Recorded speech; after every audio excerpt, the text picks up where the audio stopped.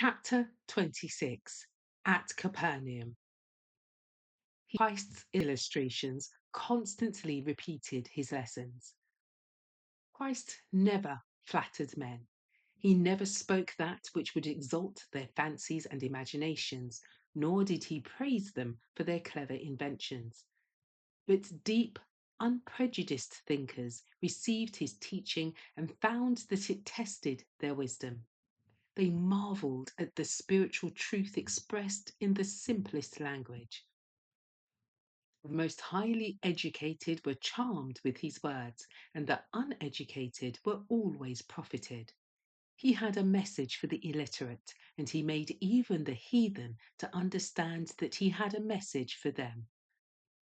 His tender compassion fell with a touch of healing upon weary and troubled hearts.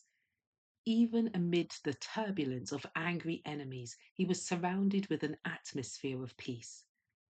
The beauty of his countenance, the loveliness of his character, above all, the love expressed in look and tone, drew to him all who were not hardened in unbelief.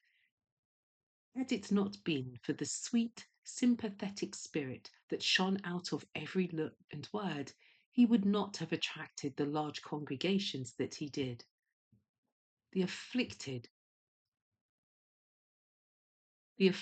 ones who came to him felt that he linked his interest with theirs as a faithful and tender friend, and they desired to know more of the truths he taught. Heaven was brought near.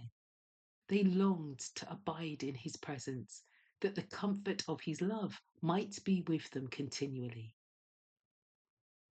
Jesus watched with deep earnestness the changing countenances of his hearers. The faces that expressed interest and pleasure gave him great satisfaction.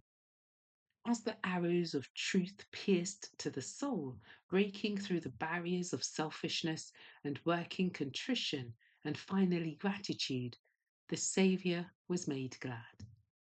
When his eye swept over the throng of listeners and he recognized among them the faces he had seen before, his countenance lighted up with joy.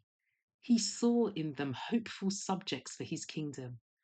When the truth, plainly spoken, touched some cherished soul, he marked the change of countenance, the cold, forbidding look, which told that the light was unwelcome. When he saw men refuse the message of peace, his heart was pierced to the very depths.